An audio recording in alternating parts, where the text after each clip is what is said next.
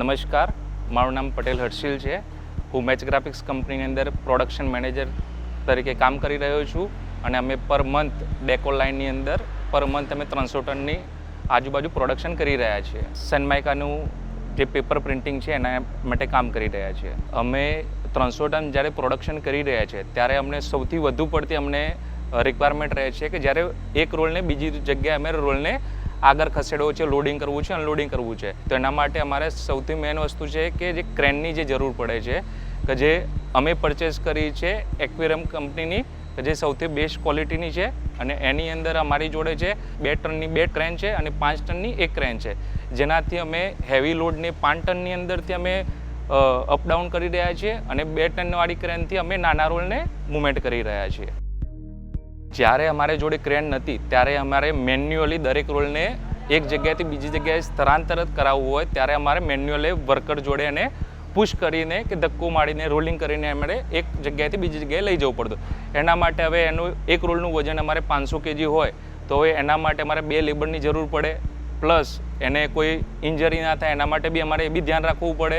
એના માટે અમારે જ્યારથી અમે ક્રેન યુઝ કરી રહ્યા છીએ ત્યારથી અમને એક સારું એવું બેનિફિટ મળે છે, પ્લસ એકદમ આસાનીથી જે બી કામ કરી રહ્યા છે એકદમ આસાનીથી પ્રોપર મારું કામ થઈ રહ્યું છે, જેથી અમને બહુ સારી એવી હેલ્પ થાય છે ક્રેનથી. ક્રેન અમે પરચેસ કરી ત્યારે એમની ટીમે એક્વેરિયમ કંપનીની ટીમ આવી અને અહીંયા એક વાર એમને વિઝિટ કરી છે. એમના પછી અમને બતાવ્યું કે જેમ કે ગોડાઉન ડિપાર્ટમેન્ટ છે તો એની અંદર ક્રેનની રિક્વાયરમેન્ટ શું છે, ગોડાઉનમાં અમારે કેટલું મટીરિયલ ઉપાડવાનું છે, પ્રોડક્શન ડિપાર્ટમેન્ટની અંદર ક્રેનની શું રિક્વાયરમેન્ટ છે, કેટલા ટનની કઈ જગ્યાએ ક્રેનની જરૂરિયાત છે, લોડિંગ અનલોડિંગની અંદર કે બીજા કોઈ ડિપાર્ટમેન્ટ તમારે જેટલા ટનની, જેમ કે મારે 5 ટનની કઈ જગ્યાએ રિક્વાયરમેન્ટ છે મને એટલો આઈડિયા નહોતો, તો એમને મને ગાઈડ કર્યું કે અહીંયા તમે 5 ટનની રિક્વાયરમેન્ટ છે તો ત્યાં 5 ટનની લગાવો, અહીંયા તમે 2 ટનની લગાવો, અહીંયા તમારે એક ક્રેનથી કામ ચાલી જશે. પ્લસ જ્યાં એમને લાગ્યું કે જ્યાં મોડિફિકેશન કરવાનું છે ત્યાં આગળ એમને મોડિફિકેશન કરીને અમને આપ્યું છે. પ્લસ અમને ગાઈડ કરી કઈ રીતે અમારે ક્રેન ચલાવી, કઈ રીતે એનો યુઝ કરવું એ પ્રોપરલી મને ટ્રેનિંગ આપી છે. ટ્રેનિંગ આપ્યા પછી અમને કઈ રીતે એમને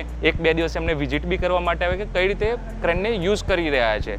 1-2 વાર એમને વિઝિટ બી કરી છે. સારી રીતે એમને વર્કર્સને પ્લસ સુપરવાઇઝરને દરેકને સમજાવ્યું છે કે આવી રીતે ક્રેનને યુઝ કરાય છે.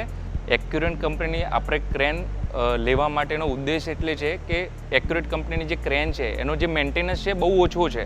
પ્લસ બીજી વસ્તુ છે કે જે એની જે સ્મૂથનેસ છે જ્યારે ક્રેન આપણે ઓપરેટ કરી રહ્યા છે તેમાંથી નોઇઝ છે બહુ ઓછો છે. ક્રેનને હું જો એક જ લીટીની અંદર ડિફાઇન કરવા માગતો હોય તો મારા જોડે 3 વર્ડ્સ છે: accurate, efficient and excellent. Thank you.